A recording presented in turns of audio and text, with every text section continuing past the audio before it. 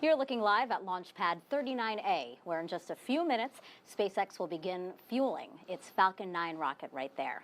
At the top is a lunar lander built by Intuitive Machines with NASA payloads on board. Hello, and welcome everyone to the Kennedy Space Center in Florida. I'm NASA's Megan Cruz. Liftoff of a Nova-C moon lander is scheduled for 1:05 a.m. Eastern Time after the team waved off a launch attempt yesterday. We'll talk more about that in just a few minutes, but for today, we are go for launch. And if everything goes according to plan, that lander will complete its journey 8 days from now with a landing at Malapert A, a 24-kilometer wide crater on the shadowy south side of the moon. Intuitive Machines, an American-based company in Houston, Texas, built and developed the lunar lander that will carry, among other things, 6 NASA payloads to the moon. We'll tell you all about those instruments and much more throughout this broadcast. But first, let's learn a little more about the moon-bound spacecraft. It's an autonomous Nova-C class lunar lander named Odysseus. Including the solar panels, it is 4.3 meters tall. Including the landing gear, it is 4.6 meters wide. The lander weighs approximately 675 kilograms and is capable of delivering about 130 kilograms of payload to the surface of the moon. Most of that spacecraft weight is fuel. Odysseus uses a liquid methane and liquid oxygen main engine that can throttle down to perform its final descent to the lunar surface in one continuous burn. Now, Intuitive Machines' IM-1 mission is funded by NASA's Commercial Lunar Payload Services Initiative, which allows acquisition of lunar delivery services from American companies for payloads that advance science, exploration, and the commercial development of the moon.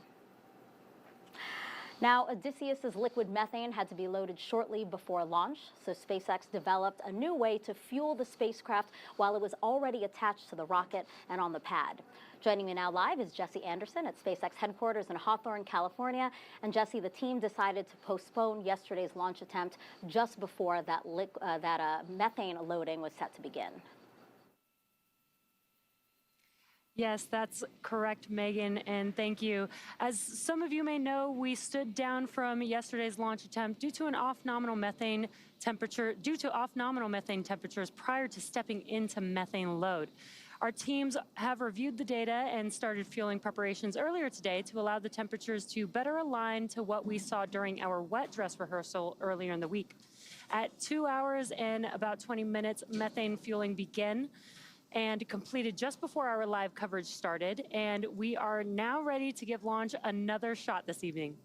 SpaceX is excited to partner with NASA as part of the Commercial Lunar Payload Services Initiative, and today we are thrilled to support the first U.S. lunar landing since the Apollo program ended more than 50 years ago. This mission marks our 14th of the year and second in the last 8 hours.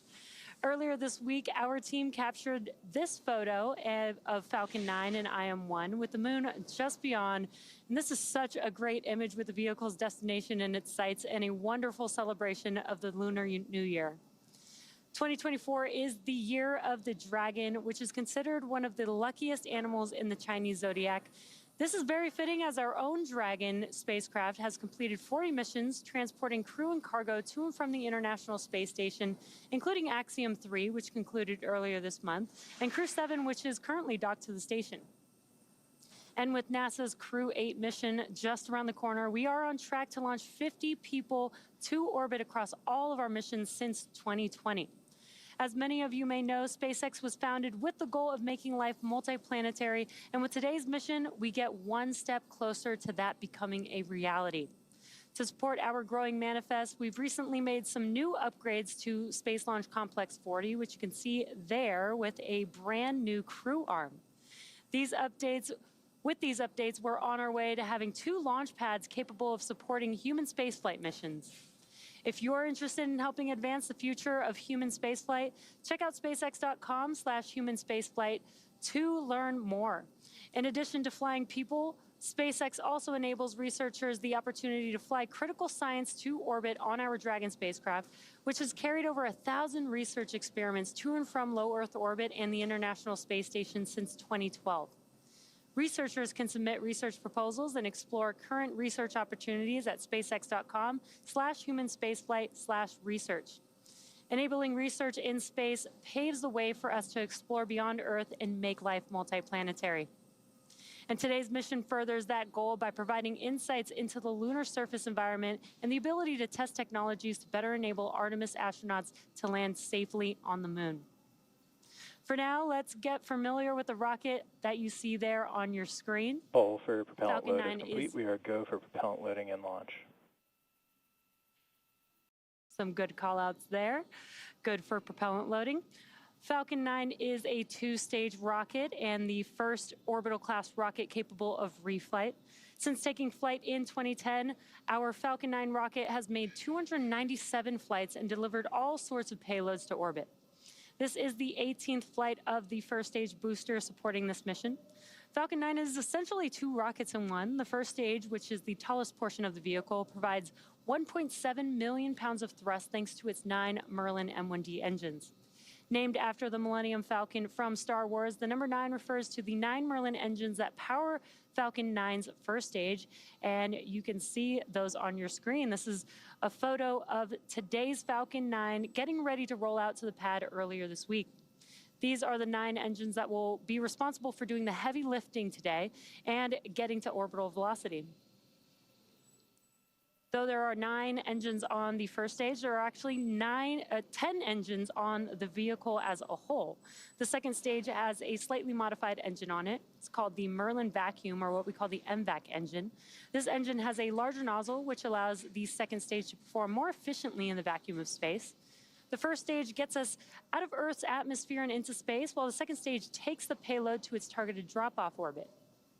The large barrel structure with the pointed nose at the very top of the rocket is the payload fairing, and it's composed of 2 halves made up of carbon composite material that come together to protect the payload until we're in the vacuum of space.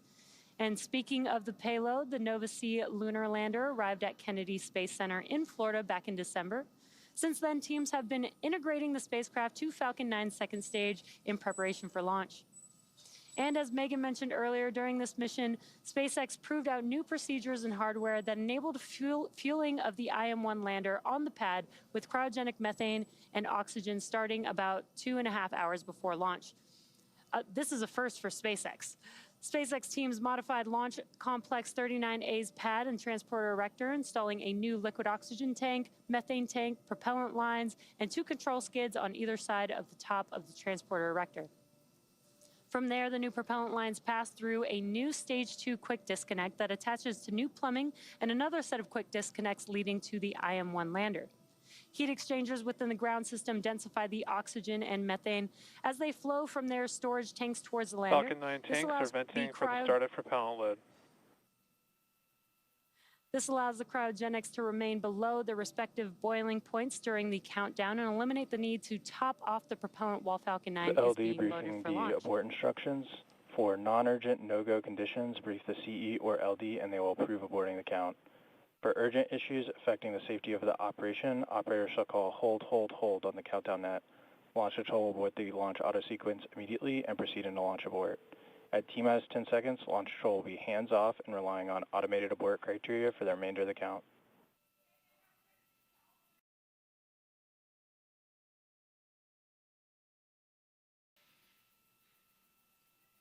Just pausing for those comms there. Given the lack of methane used in the Falcon program, Falcon teams leaned on the expertise of Starship teams and are using methane sensors from Starship to verify the health and status of the lander and our fueling system. And so far, it continues to be a smooth countdown, and we're looking good for an on-time liftoff. In the meantime, let's check in with Josh Marshall over at Intuitive Machines. How's it going, Josh? It's going well, Jesse, and thank you. And welcome into the broadcast booth at Intuitive Machines' Mission Operations Center in Houston, Texas. This room is just outside of what we call Nova Control. Nova being the nerve center of our entire lunar program. Right now, flight controllers are making their pre-flight checks and monitoring our lunar lander's fueling process on the pad. Take a live look into Nova Control. There are 12 console positions in a circular design. This unique shape wasn't a coincidence. We wanted to create a collaborative environment that folks can quickly communicate and make decisions. The design also pulled some inspiration from the Star Trek USS Enterprise bridge. Starting now, we have 3 primary flight controller teams working around the clock to monitor, command, and control our lunar lander during its journey to the moon's South Pole region. Here's a closer look at how we'll get there. The Intuitive Machines IM-1 mission is sending commercial and NASA payloads to the lunar South Pole region on an uncrewed robotic Nova C-class lunar lander called Odysseus. The lander is the tip of the iceberg, and what's below that is the full program that is on a miniature scale, very similar to what the Apollo program had. The IM-1 flight path mirrors the historical achievements of Apollo 2. Starting with separation for the launch vehicle on a direct shot at the moon. That trajectory is basically like throwing a fastball that is going to hit the moon 6 or 7 days later, like an outfielder stretching out to grab it. The first 4 days are dedicated to flight controllers in Houston firing the lander's 3D printed liquid methane and liquid oxygen engine to make small course adjustments to hit its orbit target around the moon. This particular coordinate system is called the B-plane. You can think about the B-plane kind of like the backboard of a basketball ball.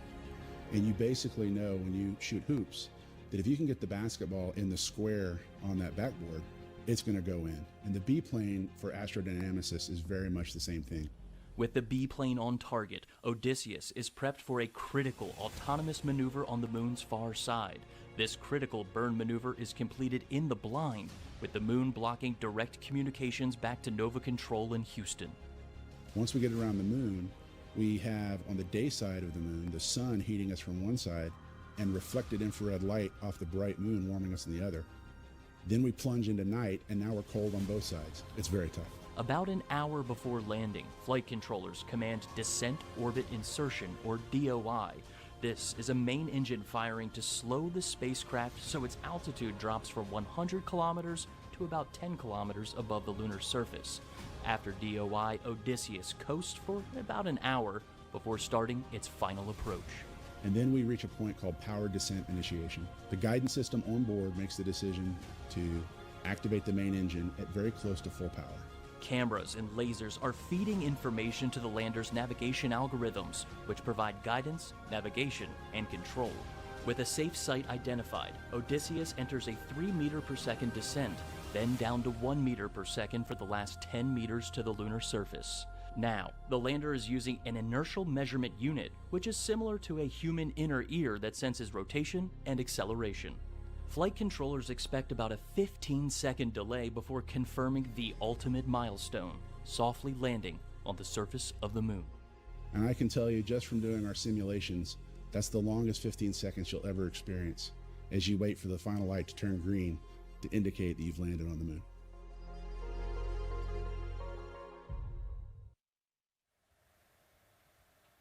And that overview of the IM-1 mission was provided by our co-founder and chief technology officer, Dr. Tim Crane, who's also the mission director on our Blue team, which is scheduled for landing operations. Right now, former NASA astronaut and Intuitive Machines' vice president of production and operations, Jack Fisher, is in the mission director's seat. His team is gearing up for launch from Kennedy Space Center, where Megan is standing by with more on NASA's role in the IM-1 mission. Megan? Thank you, Josh. So you've heard us mention CLPS, or the Commercial Lunar Payload Services Initiative, but what is this new initiative? Well, NASA is teaming up with several American companies to deliver science and technology to the lunar surface. It will streamline the science in studying the moon, but also help us all understand the risks and rewards before human missions to the lunar surface and beyond. Our moon. It seems so close in the night sky. But getting there is really hard. But what if there was a way to change that? Only a few nations have successfully landed on the moon.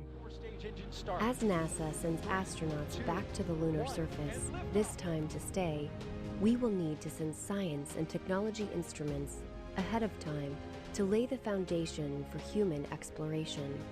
To make this happen, NASA is helping establish a commercial lunar economy. For the first time ever, there will be commercial delivery services to the moon. We are enabling American companies to send our payloads to the lunar surface for us. These delivery services will expand our capabilities for exploration, radically increasing the amount of science we can achieve. This high-risk, high-reward initiative will invest in and leverage the entrepreneurial spirit of American innovation to launch a commercial lunar marketplace, advancing technology and exploration for all of us. With this never-before-seen streamlined access to the moon, we will be able to make novel measurements and develop technologies that scientists have long wanted to do on the lunar surface. And as this new industry matures, this commercial delivery service for NASA and other customers could expand beyond the moon to other destinations in our solar system. And we can learn to live on another world because we are explorers. In 2019, NASA awarded Intuitive Machines its first of 3 mission task orders to deliver NASA science and technology to the moon. So over the following 4 years, Intuitive Machines has built an entire space program to support these CLPS missions. The company completed its lunar lander in a new facility at the Houston Spaceport, just down the street from NASA's Johnson Space Center. Joining me on set now is Steve Altemus. He is the CEO of Intuitive Machines and former Deputy Director of Johnson Space Center. Good morning to you. Good morning, Megan. Let's take a look at this clock. You've been looking at it for quite a while now. So we are 28 minutes from launch. How are you feeling? I'm ecstatic to be here.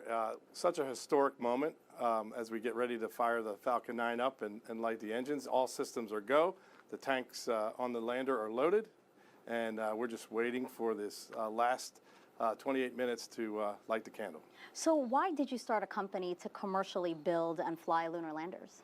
Well, we started a company just because, you know, at the time NASA was thinking about a capabilities-driven framework and no real destination. And so I decided to retire early and think about a business where I could apply human spaceflight expertise in engineering and methodologies to in solving intractable problems around the world in oil and gas, and energy, medicine, and aerospace. Well, in 2018, when the National Security Council came up with Strategic Directive 1, which was to say that the moon is now of strategic interest, we turned our whole company towards attempting to land on the moon, to return the United States to the moon for the first time in 52 years. So we've been talking about your lander, obviously, Nova-C, and your fellow co-founder, Dr. Tim Crane, mentioned that your core group had worked on Project Morpheus, and we have some video to show folks right now. You know, I remember that experimental prototype and the propulsion tests were completed right here at KSC. So how did Morpheus inform what you ended up doing with IM-1? Well, Morpheus was a terrestrial test bed that was a liquid oxygen, liquid methane lander that actually we flew 37 times, and we learned about how to ignite and to fly a liquid oxygen, liquid methane engine. That core technology is the core technology of our Nova-C lander. In addition, the autonomous landing and hazard avoidance technology on board Morpheus, while it was older technology. Those algorithms are the same kinds of algorithms we use for our hazard detection and avoidance, which is what we do on the moon to land on a place as rocky and craggy as the South Pole.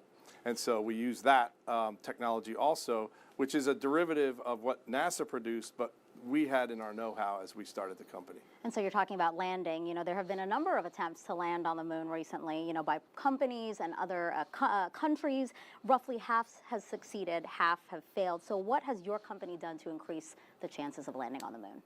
Well, I think first and foremost, what you have to do is you have to be humble about it, and you have to learn from and stand on the shoulders of all those who have gone before. So we looked really hard at every mission that has gone to the moon, and we looked for what mistakes or things in their design that caused their errors, and did those mistakes or did those design deficiencies, are they in our lander? And so we learned from others, and so we appreciate everyone who's tried to go before.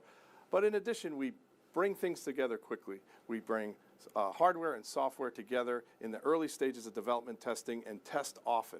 And we put them on multiple test beds and test like we fly. And that's the key to success, and that's what I think we did. We learned from human spaceflight engineering to take the best of what we had and what we were doing and then streamline it to be agile and efficient. And we were working on a fixed price budget, so it was essential that we innovated. And I think over-constrained budget, over-constrained schedule, and an incredibly challenging thing like landing on the moon forced us to innovate. Sure. And that's the key. Thank you so much. I appreciate it, and good luck tonight. All right, thank you. All right, so once the Nova-C lander gets to the moon, there are 6 instruments on board that will play a key role in navigating and studying the lunar surface. And the first one is this. It's a lightweight laser retroreflector array, or LRA. This passive optical instrument is a collection of 8, as you can see here, about half-inch reflectors or mirrors used for measuring distance. So the plan is, after Nova-C lands on the moon, future landers or spacecraft flying near Nova-C's lunar location can cast a laser towards the surface, and these retroreflectors will bounce the light back to the approaching craft. That reflected laser light will help determine how close the spacecraft are to the lunar surface, ensuring a smoother landing. So really, it's similar to when you're reversing your car and watching a camera to let you know just how close you are to an object. All right, so for more than, so let's go back now to Houston, where Josh Marshall is standing by live at Intuitive Machines with an update. And Josh, what is the latest? Thanks, Megan. And if you're just joining us at home, welcome to Nova Control in Houston, Texas. Right now, flight controllers are monitoring launch pad activity and staying in communication with SpaceX's launch control in Florida, where we have another team working side by side with SpaceX to monitor Nova-C's fueling and launch readiness. After launch, flight controllers working each of Nova Control's 12 positions will prepare for first contact with our Nova-C class lunar lander. That process won't start until a spring force gently pushes the lander away from the launch vehicle's second stage, which is scheduled for about 48 minutes after liftoff. After separation, our lander's orbit is called trans-lunar orbit. This enables Nova-C to reach lunar orbit in about a week, but requires a lunar lander with a very capable engine. Nova-C was tailor-made for NASA's CLIPS initiative and supporting commercial lunar exploration. It's a pillar of Intuitive Machines' lunar access services, and we took a deep dive into what makes Nova-C qualified for this historic undertaking. The Nova-C was our version of a liquid oxygen, liquid methane lander, and we went about imagining that into existence. Intuitive Machines' Nova-C class 3D printed engine took its first breath of liquid methane and liquid oxygen in 2018 on an airstrip at Ellington Airport in Houston, Texas. We didn't have enough money for a facility with blast walls and water suppression or water deluge, so we had to test outside in the environment of Houston, where the temperature is about 100 degrees and the humidity is like the same, and we have an 18-hour day rolling out to the runway. It was brutal. but we did it to get the critical test engine data we needed to build our own engine. Designed, manufactured, and controlled in space by Intuitive Machines, Nova-C's structure is primarily carbon composite. We needed to build the lightest weight structure we could. That meant honeycomb aluminum core with composite face sheets, composite struts, and most importantly, linerless composite propellant tank. Man, what a challenge that was. Between the engine, carbon composites, software, and electronics required to build a Nova-C lunar lander, it took an incredible amount of touch labor to get to the launch pad. We worked very closely with San Jacinto Community College to create a certification course for technicians, where they would take these certifications. We then, in Intuitive Machines, would give them an internship and test them out in the workplace. And anyone that showed the aptitude to be a really good technician, we hired on the spot. Nearly all of the lunar lander's payloads are mounted to its exterior, including 6 NASA-provided payloads that will help lay the foundation for Artemis missions. Embry-Riddle Aeronautical University's EagleCam, designed to deploy off Nova-C right before landing to take third-person perspective images. The International Lunar Observatory Association's camera system, mounted at exact angles that could capture images of the Milky Way from the lunar surface. A data center technology demonstration by Lone Star Data Holdings and Omni Heat Infinity, Columbia Sportswear's thermal reflective insulation used in many of their outdoor products, will help protect Nova-C from extreme temperatures in space. They've got brilliant ideas, and if we can help facilitate those startups to help build this economy, I think that raises all boats. And it's as serving as the transportation leg to the moon, we're happy to accommodate those kinds of companies. The IM-1 landing site is called Malapert A. It's named after 17th century Belgian astronomer Charles Malapert and is expectedly made of lunar Highland material, similar to the material studied during Apollo 16, which was also launched from Launch Complex 39A, where we have more from Megan. Megan. All right, thanks, Josh. And actually not far from the Malapert A landing site is the Malapert Massif region, and that is one of the 13 candidate regions being considered for the Artemis 3 landing. Okay, so a second NASA instrument on board the Nova-C lander is NASA's Radio Frequency Mass Gauge, or RFMG.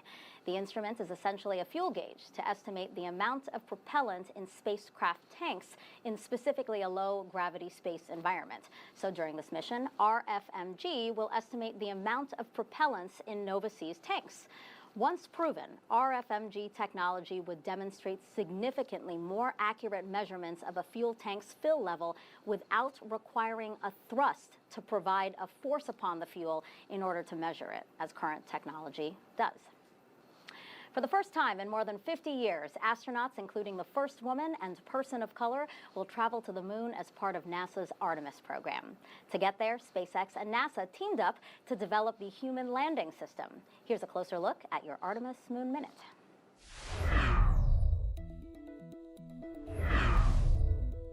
With Artemis 3 planning to return humans to the moon for the first time since 1972, NASA and its commercial partners continue to develop the systems needed to land crews safely on the lunar surface. SpaceX will provide and operate a moon lander for NASA's Artemis 3 mission called Starship Human Landing System, or HLS. During Artemis 3, NASA's Space Launch System rocket will launch 4 astronauts aboard the Orion spacecraft for their multi-day journey to lunar orbit. The Starship HLS, powered by 2 variants of SpaceX's Raptor engines, will launch uncrewed on a super heavy booster to lunar orbit to pick up the crew.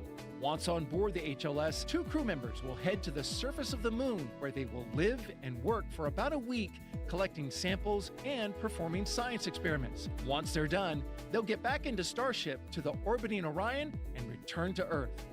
That's your Artemis Moon Minute.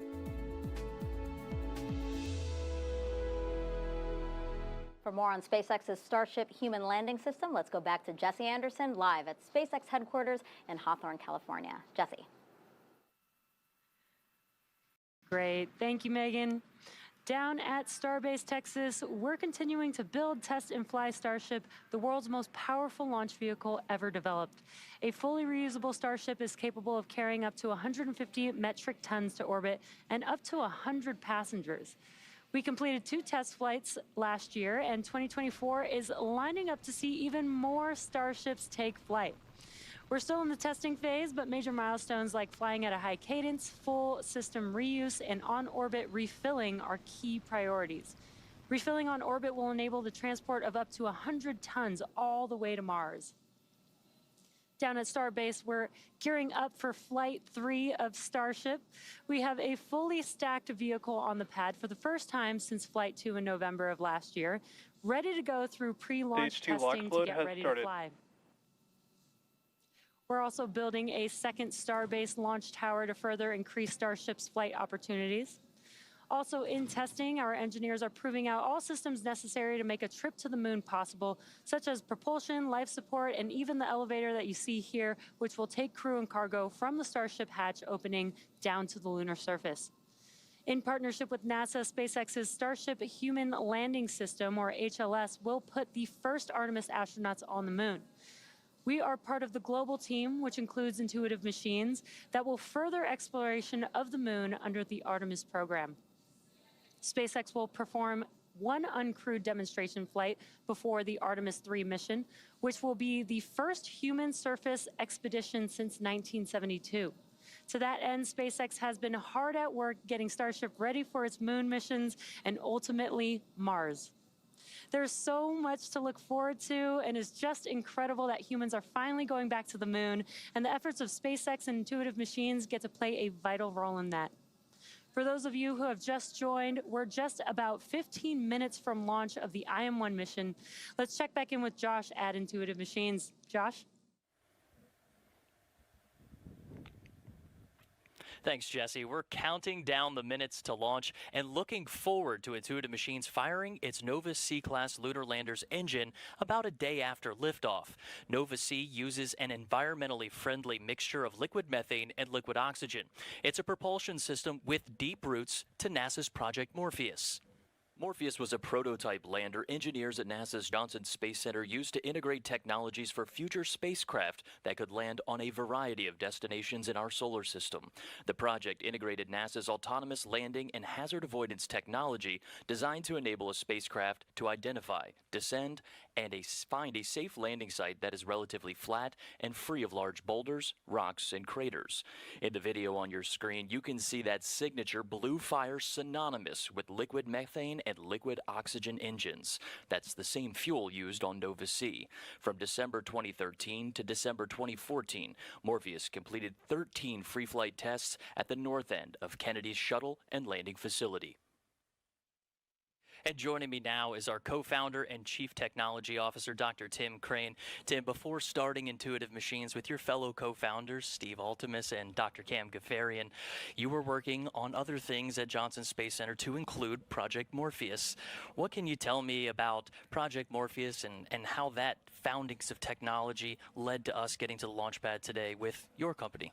Well, one thing I can tell you is I get chills watching that footage because it takes me right back. But this is a journey that clearly our prop technology was a big part of Morpheus we brought forward. Also the all-hat, the autonomous landing, hazard avoidance task, a lot of our navigation, the way we do software, the way we test our systems, and even the discipline about knowing when some technology needs to wait for a future date so we can get to flight. All of that came from the Morpheus experience. And, you know, just about a year ago, you got to see those Project Morpheus tanks again, but this time they were in your facility and you were testing them with your company. What can you tell me about speeding up innovation through NASA's Reimbursable Space Act agreement? Well, NASA really is a national treasure in terms of knowledge and capability, and in some places, equipment. And we had a supply chain issue with some of our tanks, and we needed to get our test rig up and running. And we knew the Morpheus tanks were in surplus, and reached out to NASA, and they facilitated getting those tanks to us so that we could proceed with testing while our flight tanks were coming in. And real quick, while you have you, why liquid methane, why liquid oxygen? Well, in the near term, it's very easy to work with. It's environmentally friendly. It's non-toxic. It's very robust to changing conditions. Down the road, it's the exploration fuel of the solar system, and we can make it on Mars, for bringing spacecraft back from there, so we don't have to take all the fuel with us. Well, Tim, I know you're burning back to get back into mission control, watching your team that you fostered throughout all these years and listening to that IM-1 mission loop. We do appreciate your time today, and thanks for stopping in. Thanks, Josh. NASA instrument on the Nova-C lander for this IM-1 mission is the Lunar Node 1 Navigation Demonstrator, also called LN1. That's much simpler. It's similar to when you use GPS to get to a destination. Let's take a look at how it works and what it will do to help support future surface and orbital operations. Lunar Node 1 is meant to be a demonstration of how we can use various navigation technologies to figure out where you are in and around the moon. I'm holding in my hands the Lunar Node 1 mass simulator. We use this build to test out our vibrational modes, put on a shake table, and also do fit checks with the lander itself. Inside of our payload, we have multiple electronics boards that fit within this chassis that is a little bit about a half U in size. You can see our external connectors here where we have our data and power to the lander itself. And within here, we have multiple boards that do the power regulation, our data control, our FPGAs, all those kind of electronics pieces are in here, as well as a small S-band radio that attaches up underneath this top radiator in order to distribute this heat, and then to talk to the antenna, which mounts here. This is the same size and build as the flight payload. It's just not covered in MLI or some of the other materials that you'll see on the flight build itself. Now, IM-1 is the second launch of a lunar lander under NASA's Commercial Lunar Payload Services Initiative. The first CLPS launch was with Pittsburgh-based Astrobotic. The mission was called Peregrine Mission 1. It successfully launched last month on a ULA rocket, but afterwards, Astrobotic reported a failure in its propulsion system, which prevented the spacecraft from landing on the moon. 10 days later, Peregrine burned up after re-entering Earth's atmosphere. An anomaly review board will release its findings to what happened once complete. Joining me now to talk about NASA's CLPS initiative and its benefits and risks is Sandra Connolly. She's the Deputy Associate Administrator for NASA Science. Good morning to you. Good morning, Megan. So talk to me about some of the key takeaways as NASA moves forward with commercial lunar vendors. Yeah, so the Commercial Lunar Payload Services Program is super important to NASA. It really is transforming our method of doing business. It's leveraging industry's emerging capabilities of actually providing end-to-end service for us. So rather than us having to build our own, we can now procure it. And it's not only, we're not the only customer. Other government organizations, industry, academia from around the world are all going to procure these services. And there is risk associated with it, though. So we recognize that as we're evolving this capability. Yeah, so I was just going to ask you that. I mean, because we know that there are risks. Spacecraft is go for launch. Spacecraft is go for launch. We just heard a call for that. What involvement does NASA have when our commercial providers are assessing the risks? So what's really important about this, too, is recognizing that industry is in the lead in providing these services, so they're the decision makers. So ultimately, what will happen is, you know, as they're making their decisions, we obviously bring great experience along with us, and we will stand shoulder to shoulder with them and support them through the legal process, through contracts and all, but we will bring to bear what we need to support them to make sure that this is successful. Sure. So it seems like, again, yes, we're fully committed to the CLPS initiative. So what is NASA sending to the moon on future CLPS flights? So again, super exciting time for NASA. You may or may not realize we have 40 manifested payloads on the CLPS mission. So over the next few years, and that's just for the NASA payloads, right? So you've got industry and academia as well. But focusing on Intuitive Machines, which is our purpose for being here tonight. We're super excited about their efforts here. So they actually have another payload that's going to be launching later this year. They're going to be delivering the Prime 1 drill and spectrometer, which is actually going to support our in situ resource utilization and support a future human presence on the moon. Sandra, thank you so much. We're excited to see what CLPS can do for NASA and for humanity, really, with what we plan to do with the Artemis program. Thank you. Thank you so much. Go Falcon 9. That's right. And go IM-1. Perfect. All right, so let's send it back to our friends at SpaceX in Hawthorne, California, as they walk us through the final moments of the countdown, and then I will see you guys after lunch.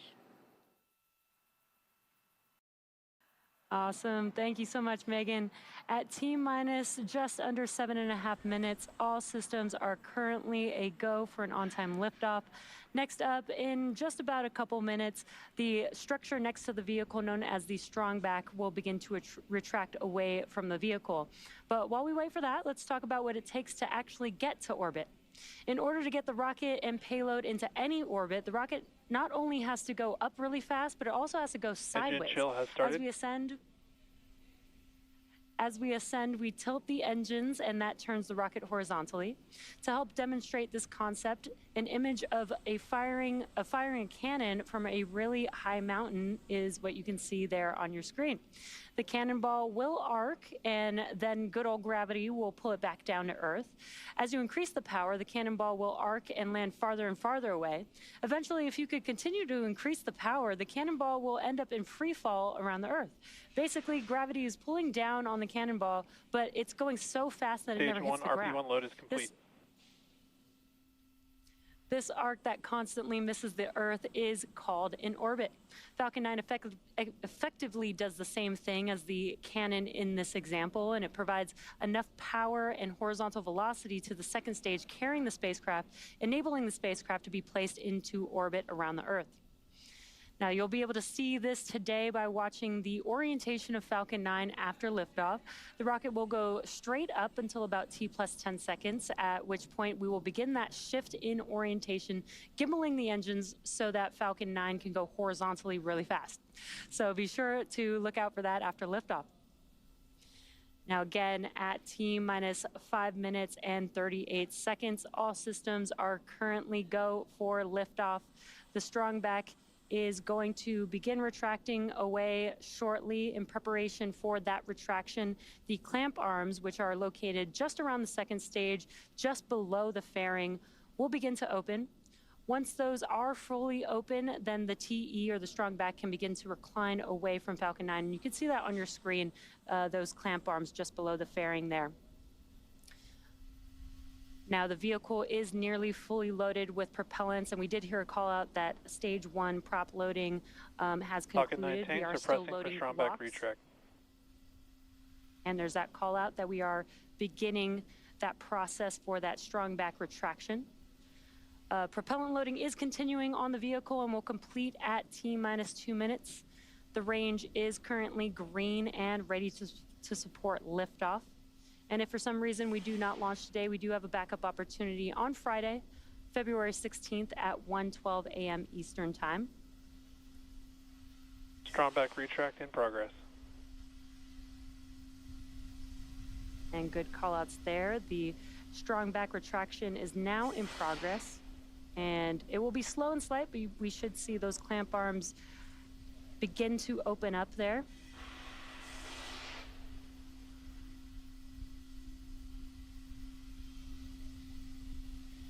And there you can see it on your screen. Those clamp arms are now opening up. Again, once they are fully open, that will allow the transporter erector, that structure next to the vehicle, to begin to retract away.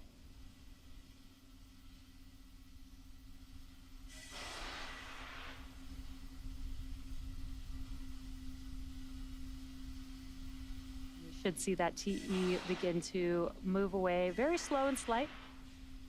But at this point in the countdown, both the first and second stages are nearly fully loaded with 1 million pounds of kerosene fuel and liquid oxygen. And there you can see on your screen that TE is now moving away from Falcon 9. Falcon 9 uses 2 propellants, a refined form of kerosene called RP1, or rocket propellant 1, as a fuel, and LOX, or liquid oxygen, as an oxidizer. Now, fire generally needs 3 elements to ignite. That's heat, fuel, and an oxidizing agent, which is usually oxygen. This is what's known as the fire triangle. In our case, the liquid oxygen is chilled below its boiling point so that it has a much greater amount of mass per volume, allowing us to load more of it into the vehicle. And in addition to these 2 propellants, we also use the chemical TTAB, or triethyl aluminum and triethyl borane, as an ignition source. The combustion of RP1 and liquid oxygen is what makes the rocket go, but it's the TTAB that sets the match to the propellant mix. And we did hear a call out that stage 1 liquid oxygen loading is complete.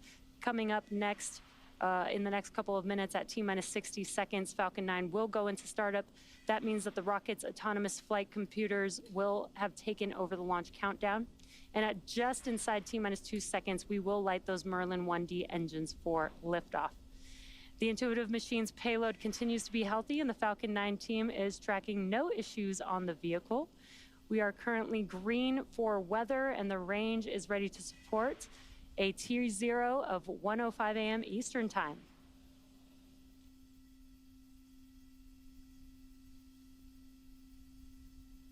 And just waiting for the call out for liquid oxygen. Right on time. Stage 2 liquid oxygen loading is now complete. That concludes propellant loading on the vehicle. That means that Falcon 9 is fully loaded with 1 million pounds of kerosene fuel and liquid oxygen.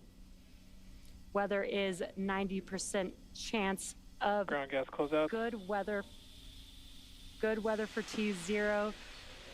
And we are just about 30 seconds away from Falcon 9 going into startup. Now that propellant loading is complete, we are beginning to vent out the lines, the propellant lines on that transporter rector there, so you can see more of those white clouds around the vehicle.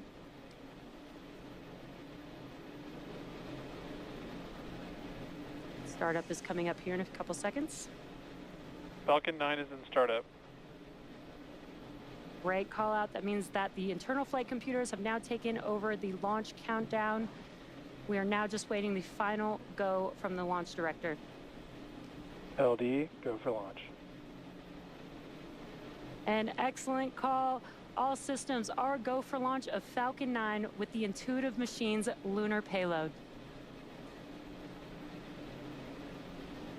30 seconds.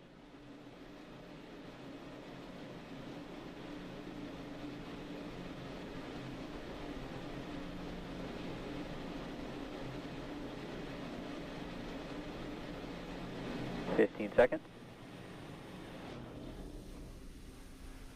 T-minus 10, 9, 8, 7, 6, 5, 4, 3, 2, 1, ignition, and liftoff.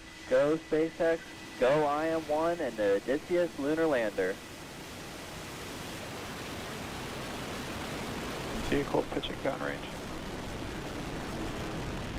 Stage 1 propulsion is nominal.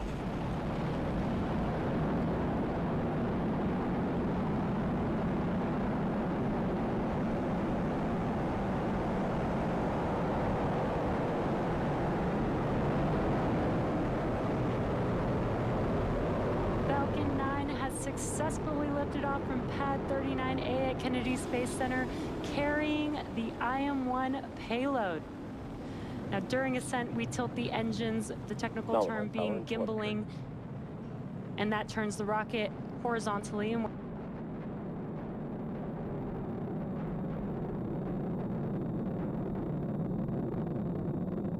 Mach 1.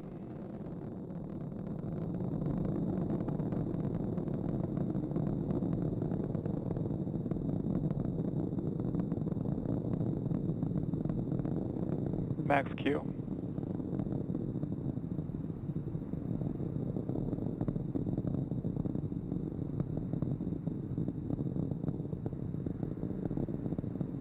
Back shell has started.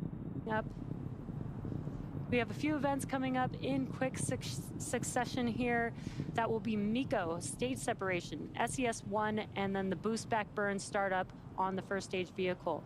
MECO, or main engine cutoff, is where we shut down all 9 of those M1D engines on the first stage vehicle. That helps slow the vehicle down in preparation for stage separation, which is where the first and second stage will separate. And the first stage booster will begin its trip back to Earth. And the second stage vehicle will ignite that MVAC engine with SES-1, or second stage engine startup 1.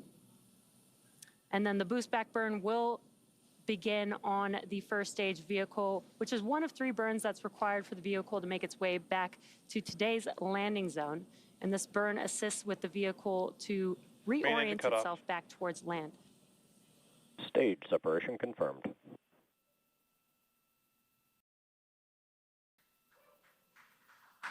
And back ignition. Stage 1, boost back startup.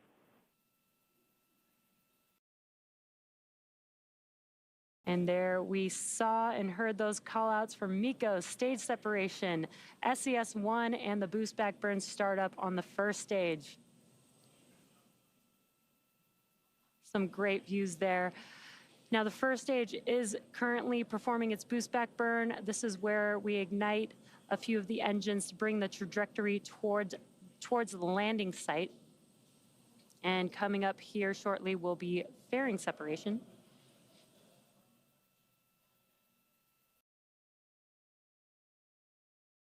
Fairing separation confirmed.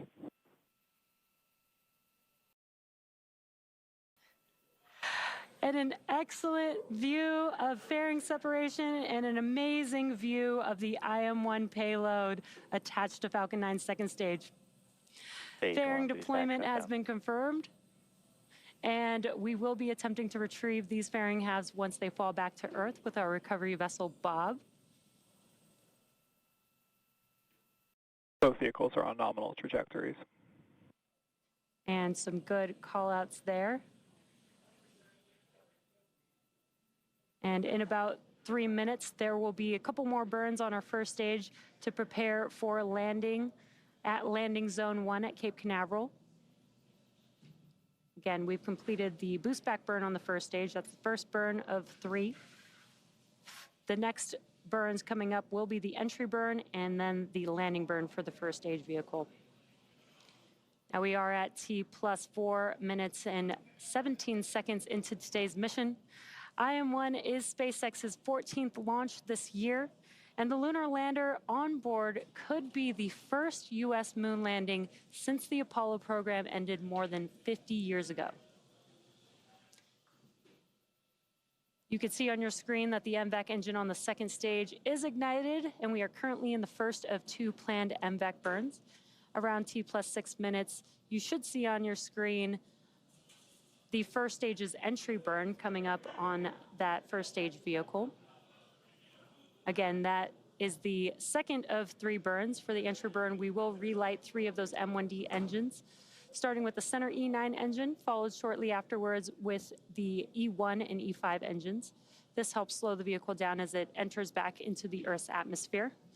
Now we need to slow down the vehicle to reduce re-entry forces, and that helps us to recover and reuse the first stage.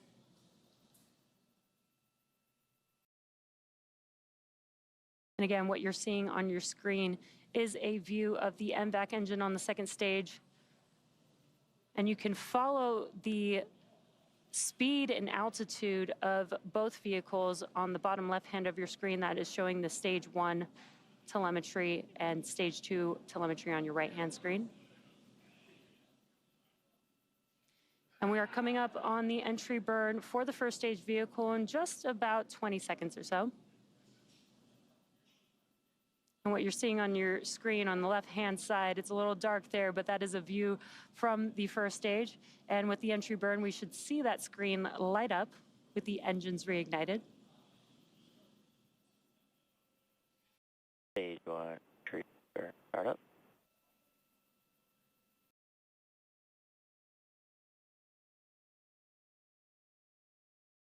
And there you can see that the entry burn has begun with those engines relit.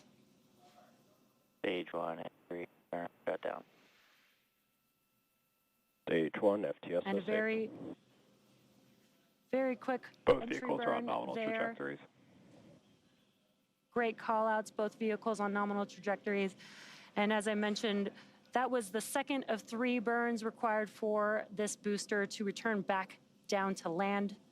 The next and final burn will be the landing burn. That's just a center E9 engine burn, and that helps slow the vehicle down just in time for landing. That's coming up in just about 15 seconds or so. Stage 1, transonic.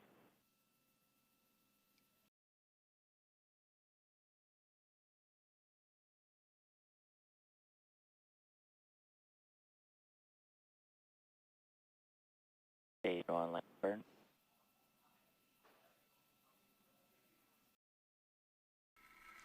And there you Stage can 2 see on from your terminal left-hand guidance. screen the landing Stage burn 2 has at begun. TSS Let's watch as Falcon 9.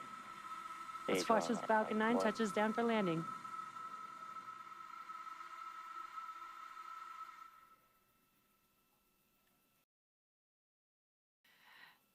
And a Stage 1 landing great confirmed. view there. That is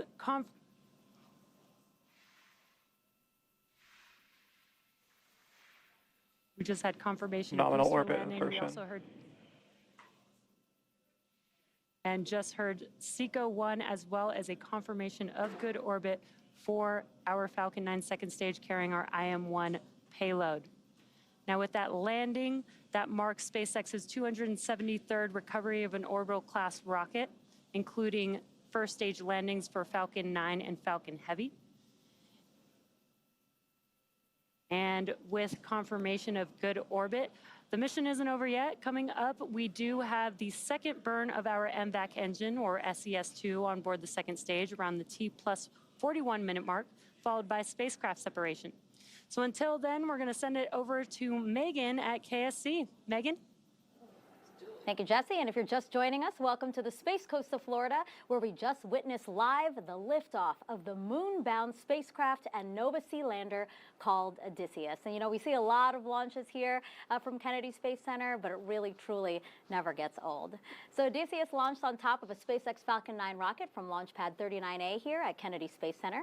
Intuitive Machines, an American company based in Houston, Texas, developed and built the lunar lander that is carrying, among other things, 6 NASA payloads. And if everything goes as planned, in 8 days, that Nova-C lander is expected to land on the shadowy south side of the moon. Make sure you stay with us. Our broadcast here on NASA TV will continue through Odysseus's acquisition of signal, which is expected to happen around 1:55 a.m. Eastern Time. Now, before launch, we highlighted 3 of 6 NASA payloads on board the Nova-C lander. The 4th is the SCALPS payload, which stands for Stereo Cameras for Lunar Plume Surface Studies. It includes 4 cameras at the base of the lunar lander. The images it captures will help scientists understand how landings impact the lunar surface for this mission and future ones.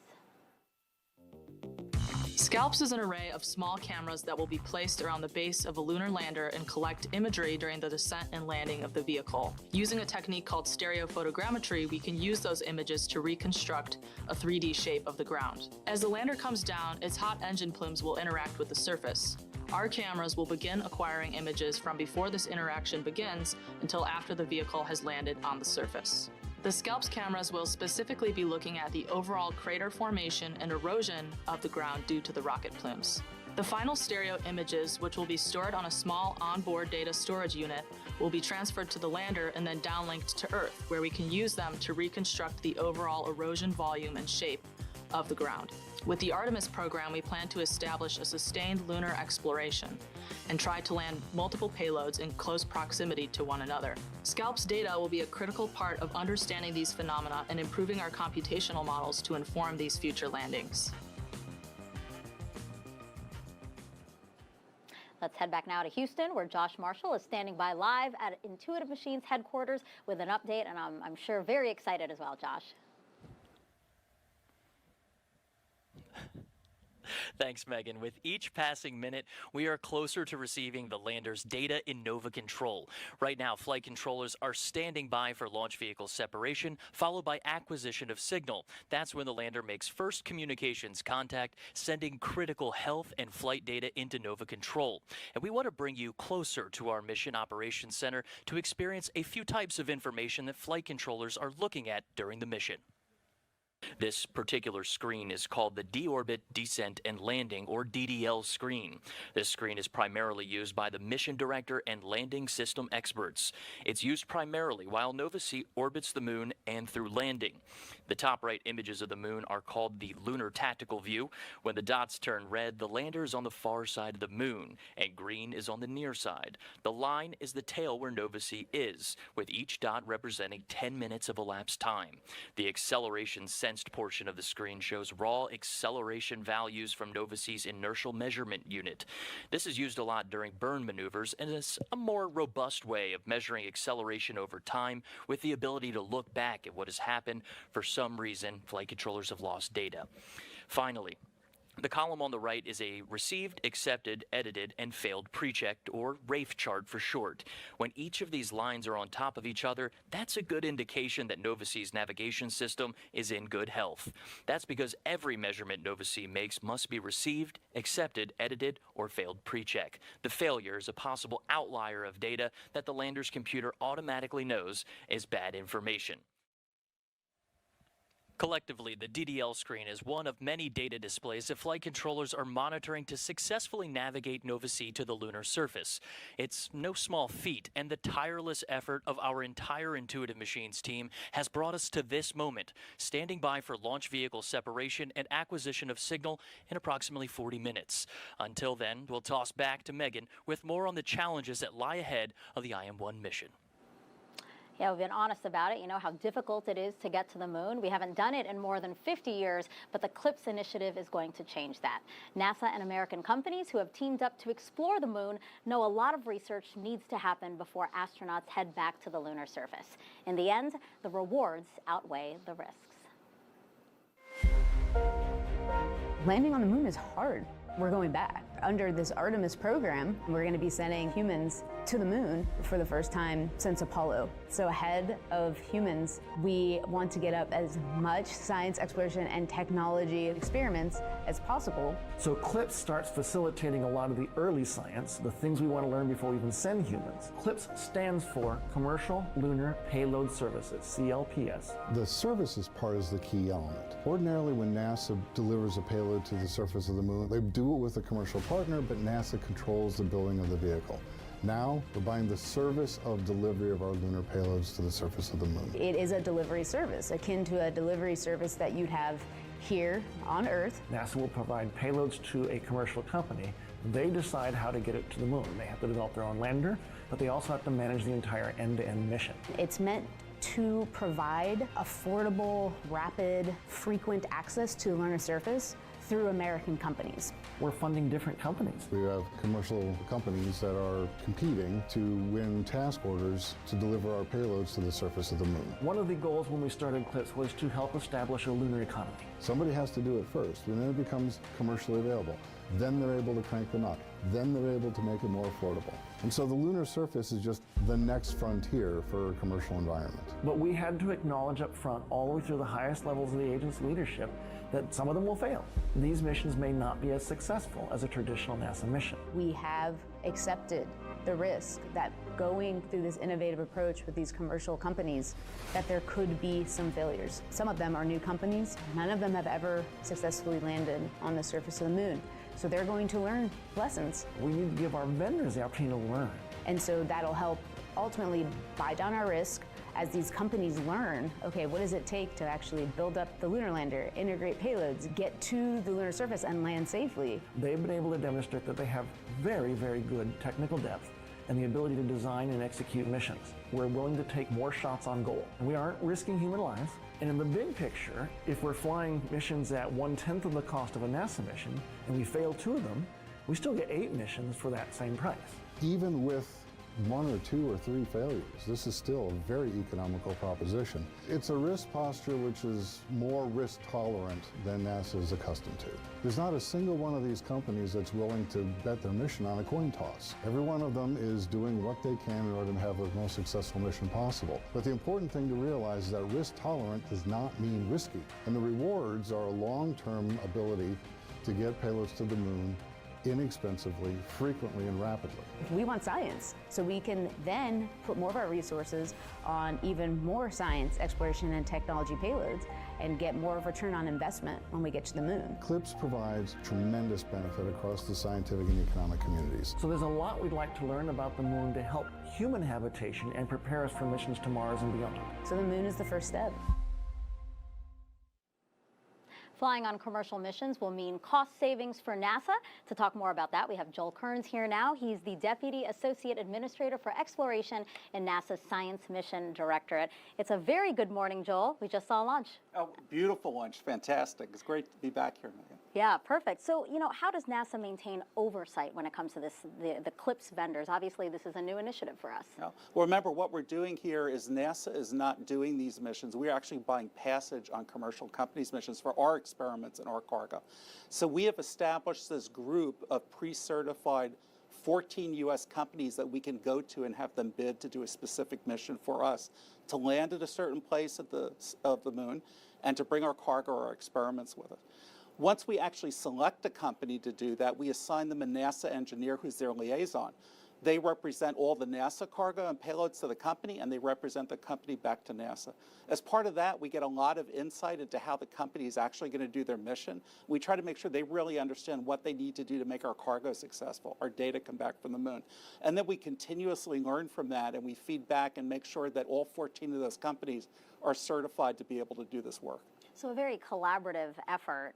And we're talking a lot about a commercial lunar economy. That's kind of the end goal. So how does that shape up with CLPS? How do we get there? A couple of different aspects. When you hear us talk about wanting to form a lunar or a cislunar economy, in the short term, what that really means is encouraging the companies to get other non-NASA organizations to pay them to bring their experiments or their cargo on the moon. But it's actually a lot broader than that. Just by offering these contracts to industry and having them build their own missions that we can take a part of, the companies are developing their own, you would think of as a parts and high-tech ecosphere on Earth that's part of the lunar economy. Over the years, they've had to figure out ways to build these robotic landers. In some cases, helping other companies do new advanced high-tech components like rocket engines or fuel tanks or sensors, which didn't even exist 5 or 6 years ago. Of course, we can say now we're talking about small payloads going to the moon from commercials or having suppliers on Earth, but what the goal is in the long term is for these CLPS companies to be able to take to the moon work or goods or services of other bigger companies that just want to do work in space. So what would you say is the agency's confidence in CLPS? You laid out a very ambitious vision. Yeah. Well, we think that the benefits of having this be successful, where we go out to companies and in effect we pay for a service to get our things to the moon, it's just so positive that we really are committed to exercising this model and seeing how American business does. Now, NASA is a learning organization, so at every attempt that the companies make, we're always looking at. We're trying to learn from that and figure out how we're going to adjust things to go forward to do next. But we're really committed to this public-private partnership and service model that we've embarked on. Joel, thank you so much. I appreciate you being here. Thank you. Okay, so the fifth NASA technology we want to dive deeper into is called ROLSIS, which stands for Radio Wave Observations at the Lunar Surface of the Photoelectron Sheath. There's going to be a quiz on that later, so I hope you all took that down.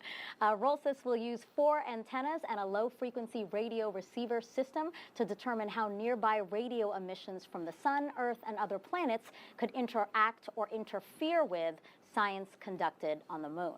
This experiment is something that has never been done before. It will perform many tests, including detecting solar radio bursts, radio emissions from Jupiter, and dust impacting the surface of the moon. ROLSIS could even serve as a baseline for a future radio observatory on the lunar surface. Let's get another update from Josh Marshall, who's standing by live at Intuitive Machines headquarters in Houston. Josh.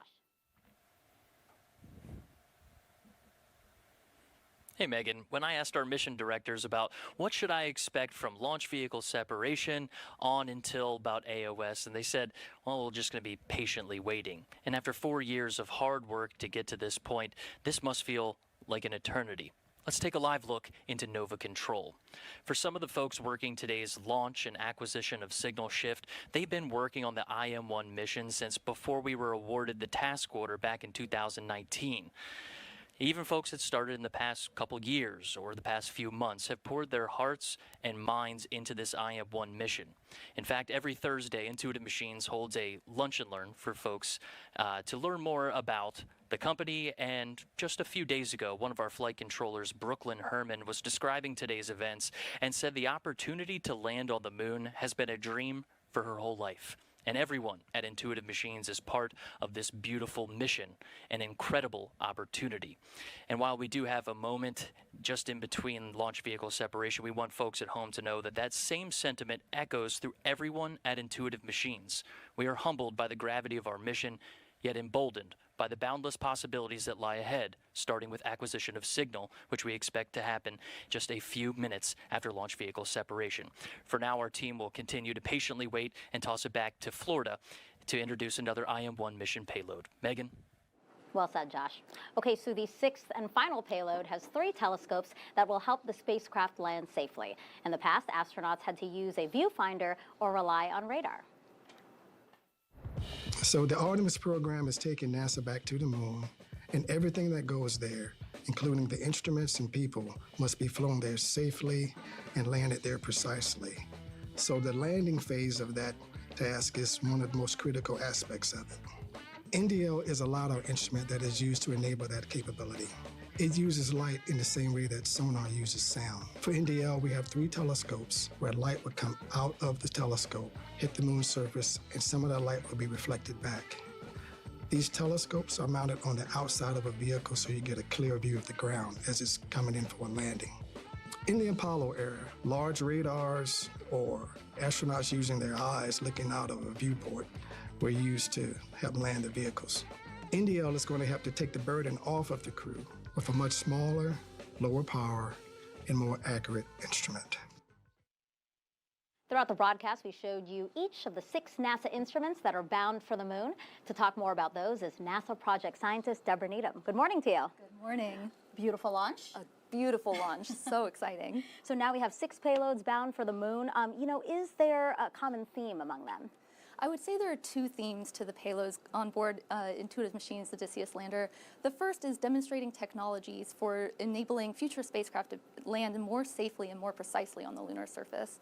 And the second is characterizing the surface of the lunar South Polar region, which is an extremely challenging environment to operate in, and it's preparing us for sending humans to the lunar surface in advance of the Artemis missions. Mm-hmm. So very precise things they're being sent for to study. So, if they make it to the moon in 8 days, what happens next for each of them? So even the payload's work starts even before they get to the moon. Intuitive Machines, while it's transiting towards the moon, will turn on the NASA payloads to make sure that they survive launch and are operating as we expect. And then you've heard about the RFMG, the radio frequency mass gauge. It will be operating the entire time all the way to the moon and down to the surface to make sure that it's monitoring propellants and collecting the data that it needs to achieve its missions.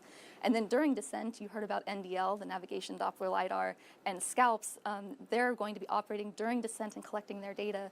And then once on the moon, Intuitive Machines will turn on our other NASA payloads, and they'll take turns collecting data until they achieve their missions. How are these instruments selected?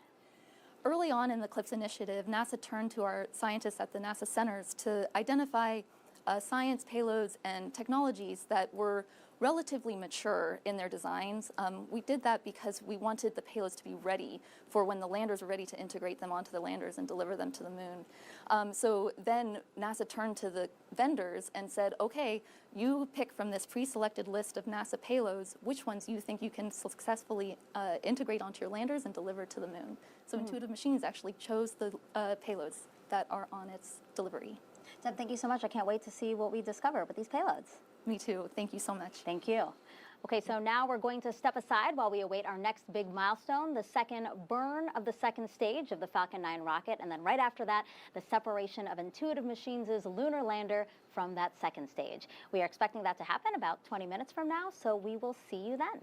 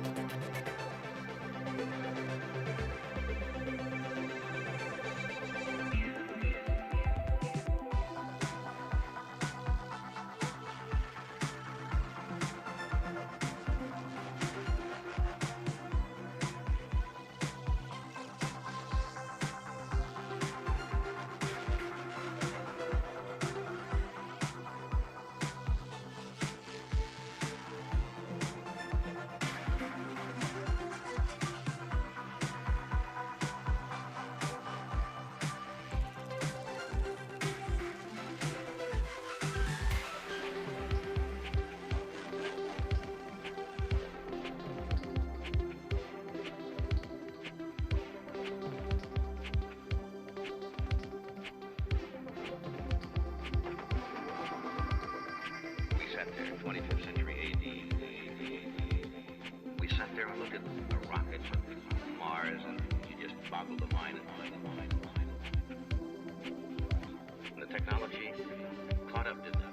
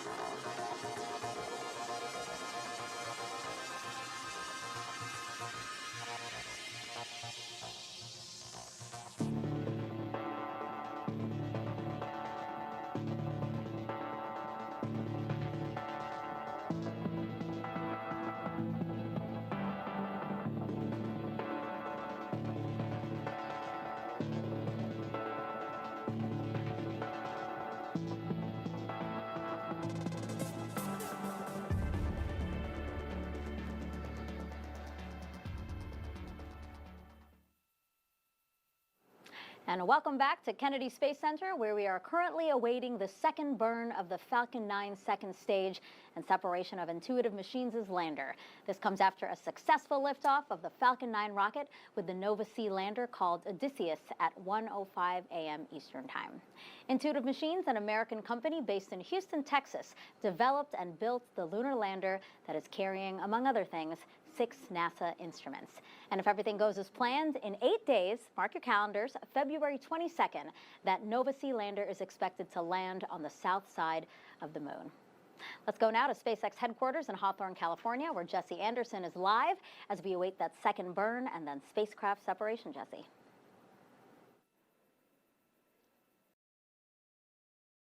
Great. Thanks, Megan. Now we are about a minute and a half away from that second burn of that MVAC engine. Next coming up will be SES-2, that second stage engine start 2, and that will be followed by SECO-2, which is second stage engine cutoff. This burn will last about 53 seconds and will help the vehicle to make it to its final targeted drop-off orbit. Then the vehicle will coast for a few minutes prior to spacecraft separation. So we're getting very close, and this is getting very exciting here. Again, we're just about a minute away, just under a minute away from that last burn of this MVAC engine here.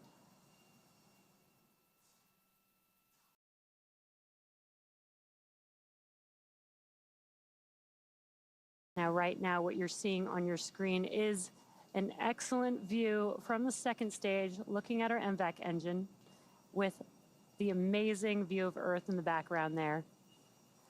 The IM-1 lunar lander is still currently attached to Falcon 9's second stage at this moment.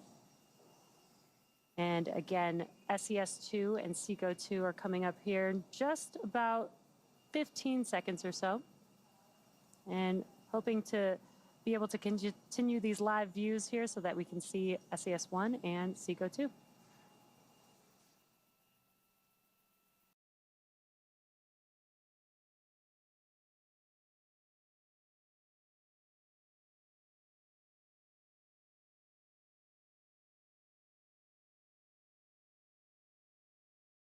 And there you can see we have just had SES-1. You can see that MVAC engine has now relit. Again, this is just about a 53-second burn, so just under a minute.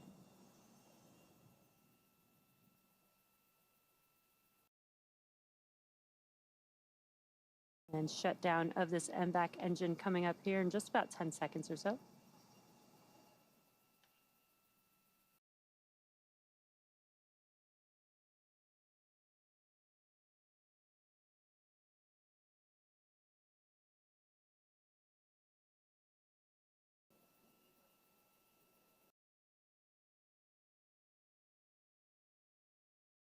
And there you can see nominal orbit insertion. The MVAC engine has shut down, and we did hear that call out for a confirmation of good orbit. So with confirmation of a good orbit, it looks like we are on track for spacecraft separation in just a few minutes from now, just about a little over 5 minutes. Now, it's been a great launch so far. SpaceX did begin fueling of the IM-1 lander on the pad about 2 hours and 20 minutes before liftoff. And we did talk about that a little bit earlier in the webcast. It's a totally new procedure and new hardware for SpaceX that enabled fueling of the IM-1 lander on the pad with cryogenic methane and oxygen. Now, to be able to do that, SpaceX teams modified Launch Complex 39A's pad and transporter erector, installing a new liquid oxygen tank, a methane tank, propellant lines, and 2 control skids on the transporter erector. Then from there, the new propellant lines pass through a new Stage 2 quick disconnect that attaches to new plumbing and another set of quick disconnects that lead to the IM-1 lander. And given the lack of methane used on the Falcon program, Falcon teams actually leaned on the expertise of Starship teams and used methane sensors from Starship to verify the health and status of the lander for our fueling system.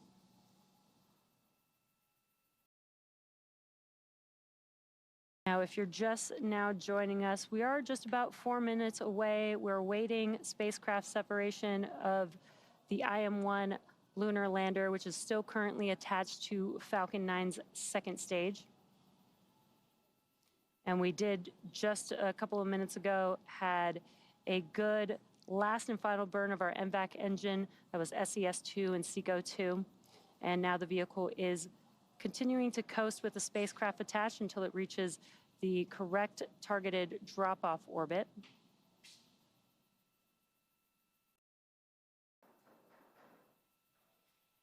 And just to recap, if you're just now joining us, we did have an on-time liftoff at 1:05 a.m. Eastern Time, and everything has been proceeding nominally. Stage separation occurred just about 2.5 minutes into flight, and that was followed by the successful landing of our Falcon 9's first stage back at Landing Zone 1, or LZ1, and that was the 18th landing for this specific booster. Now, for those of you following along, this booster has supported GPS-3, Mission 3, Turksat 5A, Transporter 2, Intelsat G33 and G34, Transporter 6, and 12 Starlink missions. So pretty impressive and veteran booster for today's mission. At about T plus 7 minutes and 46 seconds, we did have a successful second engine cutoff for SECO-1.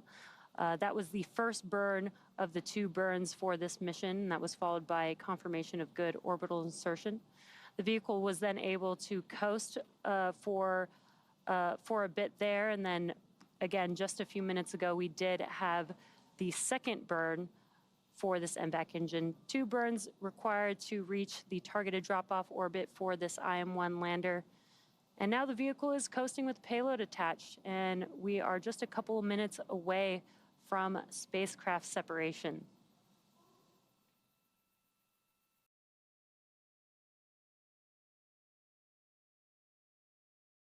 IM-1 could become the first U.S. lunar lander since Apollo's last landing in 1972, almost 50 years ago, and could be the first commercial lander to succeed in reaching the moon's surface.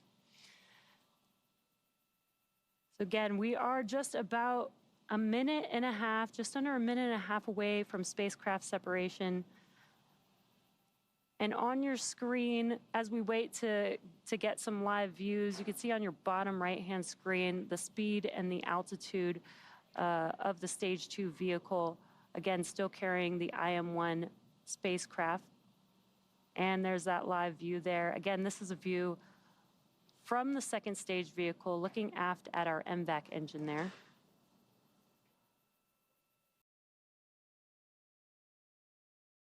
We are patiently waiting spacecraft separation here, just under a minute from now.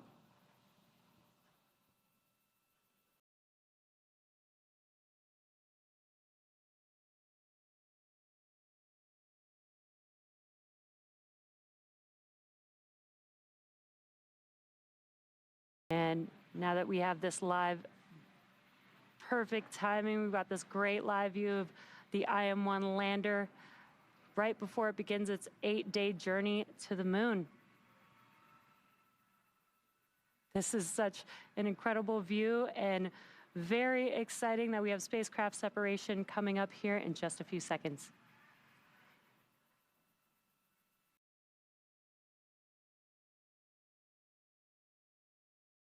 IM-1 Odysseus lunar lander separation confirmed.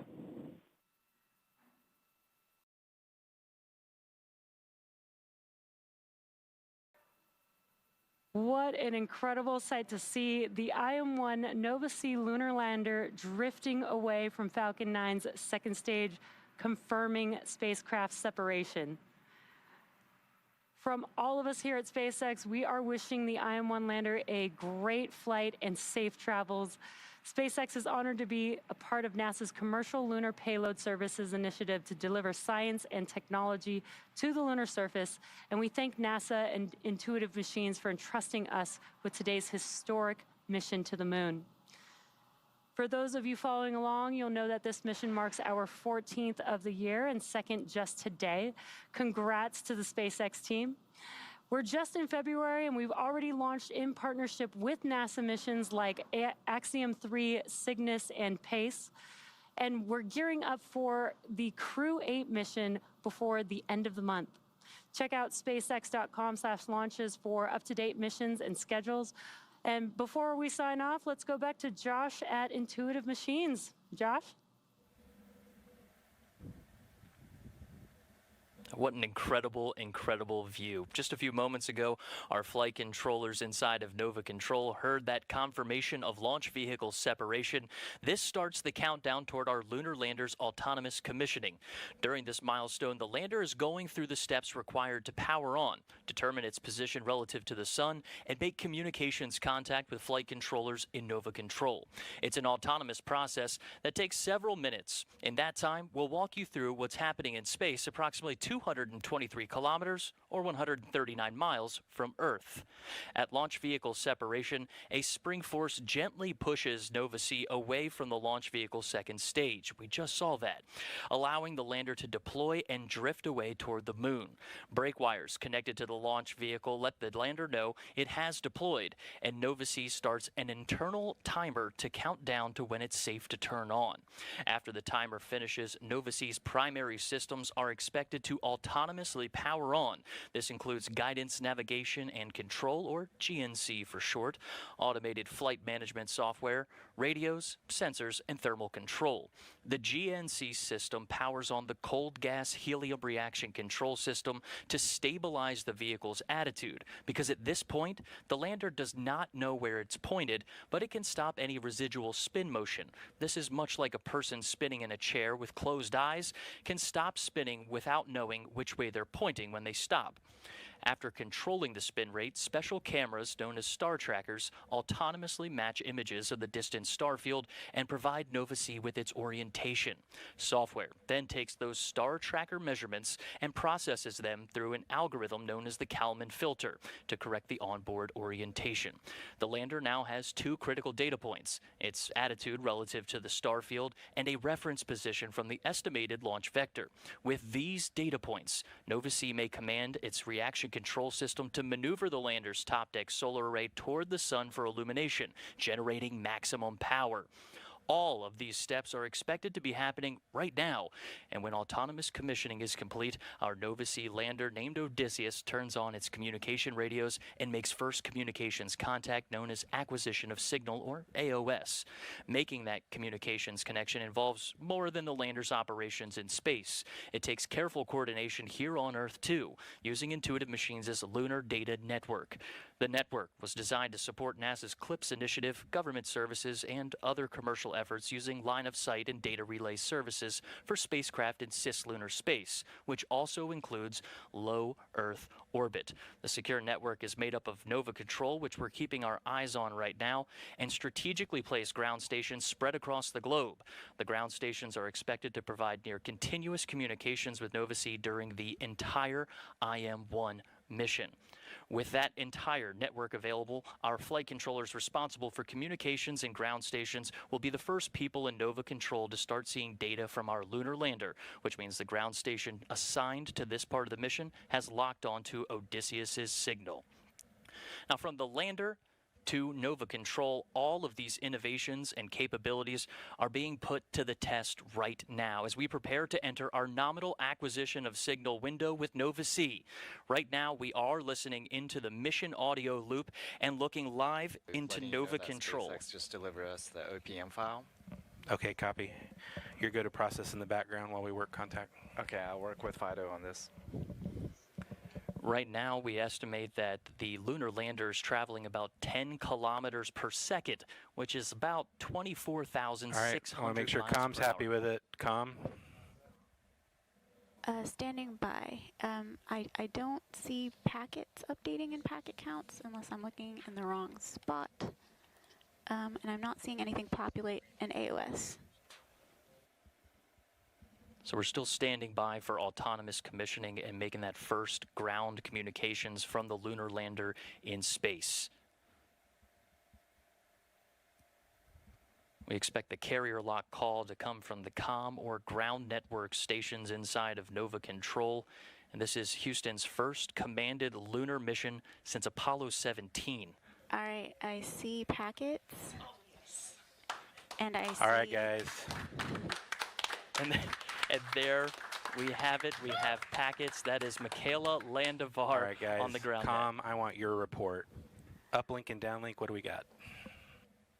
Okay, so I am seeing packets populate on the AOS screen and in the packet counts area. Looks like telemetry is coming in pretty well. We have not started uplink, so we do not have uplink locks at this point. But it looks like we are seeing most everything that we would expect as far as That's an downlink is excellent concerned. call. We have reached a pivotal milestone. We're going to bring it back into the broadcast booth and congratulate the team working inside of Nova Control as our Nova C lunar lander has successfully separated from the second stage of the launch vehicle, autonomously commissioned, and made first communications contact with Nova Control. What an achievement for the entire Intuitive Machines team. Let's honor this momentous milestone and prepare for the challenges and triumphs that await us on our lunar journey. From Intuitive Machines' Nova Control in Houston, Texas, thank you for joining our portion of the IM-1 mission broadcast. We'll toss it back over to Megan in Florida for reaction to the successful launch of our IM mission. Megan. Yeah, from here at NASA, we just want to say congrats to Josh and Intuitive Machines, another successful CLIPS launch and orbital insertion of a commercial lunar lander. Now, hopes are high that a U.S. commercial lunar lander will make it to the moon. And joining me now to talk a little bit more about that and this program is Chris Culbert, and he is the CLIPS program manager. Exciting to see this unfold right in front of us, huh? Yeah, this is great. SpaceX gave them a wonderful ride, great launch, really clear sky. We could see it all the way up to the well, not to the moon, but on its way. We saw the moon in the distance. We could see the moon. It was a great launch. This is a great step. It's a lot of hard work to get here. This is 5 years of effort from a very small company. But they've made a lot of progress. They solved a lot of problems, and now they're on their way. So this is a good start, but it isn't the end yet. They got to finish the next step. That's right. But at least we have 8 days, right? We do. Have 8 days. Yeah. So they've got 6 days to get to the moon, and then we'll hit the hard step. Yeah, so with the challenge of landing on the lunar surface, what's your message to the Intuitive Machines? So the big thing right now, they need to stay focused. Space is hard. Small mistakes can doom you. We know they're very talented. They're very well organized. We're really impressed with the depth and technical skills of this team, but you have to stay focused. You got to make sure you nail everything and stick the landing. So again, a lot to look forward to, but we're optimistic. Yes, we are. We're looking forward to it. I got a lot of faith in these guys. Great. Chris, thank you so much. Glad to be here with you again for another CLIPS launch. Thank you very much. Okay, so that is going to wrap up NASA, Intuitive Machines, and SpaceX coverage of the launch of the Nova C moon lander on a SpaceX Falcon 9 rocket from pad 39A here at Kennedy Space Center. Again, if all goes well, Nova C is expected to land on the moon 8 days from now, so mark your calendars, on February 22nd. It would be the first U.S. landing on the moon since 1972. We'll, of course, bring you that coverage live right here on NASA TV. And until then, you can find out more about this mission and other NASA CLIPS launches by going to the link we're about to show on the screen here, nasa.gov/CLIPS. We're going to leave you now with a replay of today's launch for everyone here at NASA, Intuitive Machines, and SpaceX. I'm Megan Cruz, and have a great morning. 15 seconds. T-minus 10, 9, 8, 7, 6, 5, 4, 3, 2, 1, ignition, and liftoff. Go SpaceX, go IM-1 and the Odysseus lunar lander. Vehicle pitching downrange. Stage 1 propulsion is nominal.